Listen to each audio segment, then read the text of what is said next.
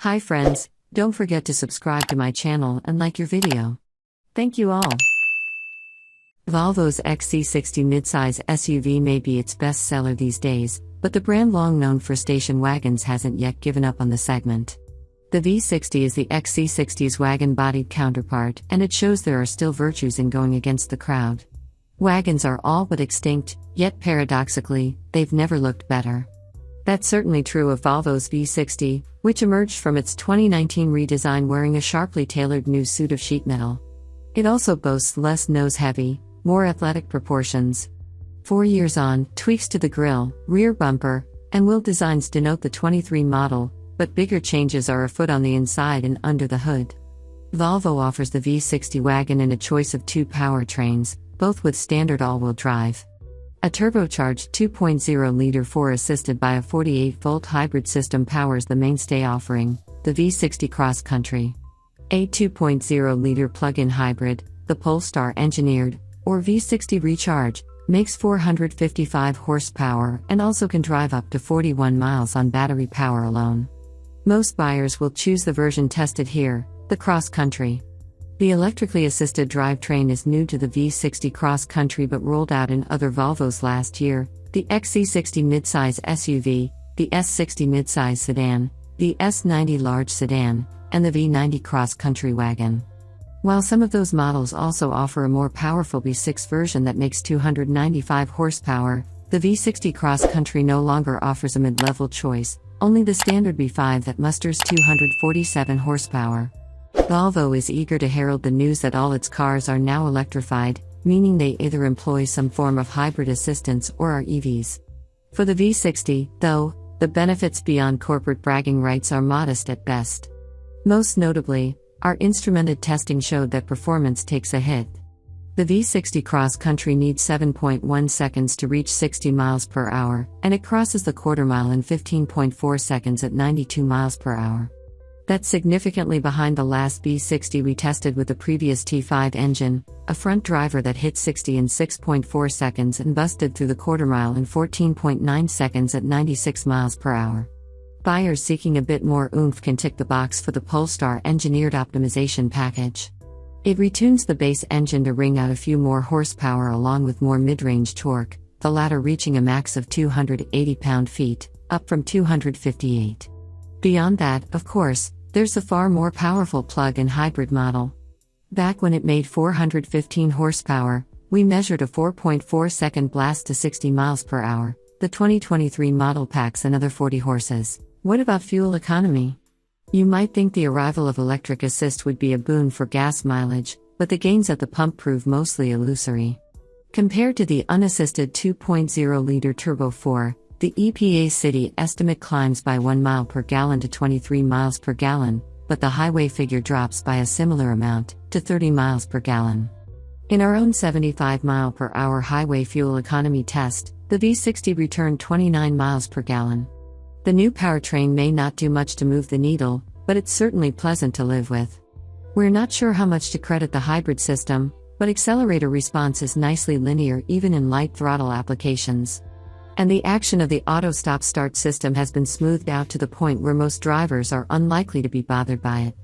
Typical of its genre, this Turbo 4 doesn't produce the most soulful engine note, but the V60 overall is pretty quiet. We measured 68 decibels at a 70 mile per hour cruise. Some will remember when the cross-country nameplate first appeared on Volvo wagons, toward the end of the boxy epoch, promising a modicum of off-pavement capability with a lifted suspension and bodyside cladding. Today's V60 Cross Country has dialed back the cladding, the modest plastic bits around the wheel openings and along the rocker panels are barely noticeable. An off-road drive mode, hill descent control, and 8.1 inches of ground clearance give some credence to the cross-country moniker. Volvo formerly offered optional adaptive dampers on the V60 Cross Country, but they're now reserved for the FEV model. No matter, they're hardly missed. The passive dampers combined with control arms and coil springs up front and a multi-link rear with a transverse leaf spring, deftly served up a plush, controlled ride over patchy pavement and roller coaster whoop de dos in New York's Catskill Mountains. At the same time, the V60's chassis tuning, and the wagon's lower center of gravity versus a taller-bodied crossover, allows the driver to push this Volvo through fast corners without protest. Too bad the steering is such an unenthusiastic partner, numb, overboosted, and without much sense of straight ahead even when switched into its firm setting. Riding on 20-inch wheels, 19s are standard, and Pirelli P0 all-season tires, the V60 exhibited 0.85 grams of stick at our skid pad and required a longish 179 feet to stop from 70 miles per hour. Volvo's adaptive cruise control with pilot assist is standard, and we found the system to acquit itself well on the interstate, smoothly maintaining lane position. It lacks the ability to execute lane changes, however, and it does require a driver's hand on the wheel. That's not such a hardship, given the smooth leather wrapping the V60's wheel, and used liberally throughout the interior. Volvo leans into Sweden's Scandinavian design heritage with its interiors, and the V60 cabin is no exception, at once spare, tasteful, and modern. The minimalism unfortunately extends to in-cabin stowage, however, which is limited. Our test car wore the ultimate trim level, and the $5,300 extra it commands over the base level plus gets you 4-zone climate control with an air purifier, a head-up display, a crystal gear selector, upgraded interior trim, additional seat adjustability, ventilated front seats, a higher-grade audio system, and 19-inch wheels. Our sample featured optional 7-spoke 20-inch alloy wheels and an even higher-grade Bowers & Wilkins premium audio system, each of which added a further $3,200 to the bottom line. A digital instrument cluster is standard but doesn't offer much configurability. It can show the nav map, or not. Volvo's previous in-house Sensus Connect touchscreen interface was slow to boot up but easy to interact with once fully awake. The new Google-based system, housed within the same 9.0-inch vertically oriented touchscreen, looks sharp and is faster acting. Google Assistant is on hand to execute your queries and generally does a good job understanding spoken destination inputs. As before, the system's lone physical button at the base of the display calls up the home screen, which shows 4 tiles of info that can be customized. Touch any of them for the full screen display.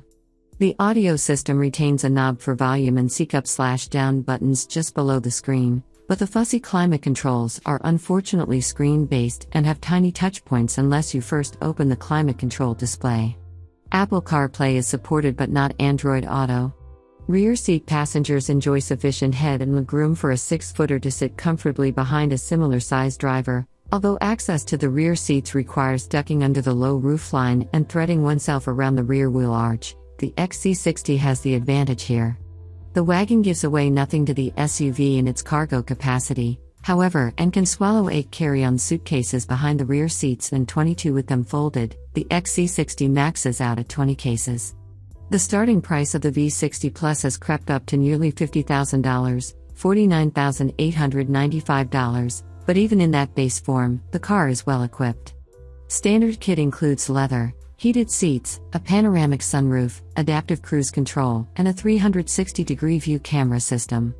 An XC60 similarly configured, V5 engine, all-wheel drive, plus trim, is $51,095, so choosing the wagon over the SUV saves a few shekels.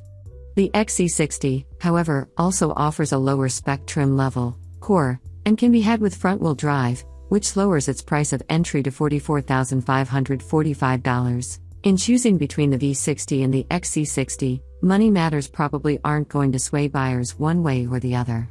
Those select few who go for the wagon are making the nonconformist choice, and we salute them.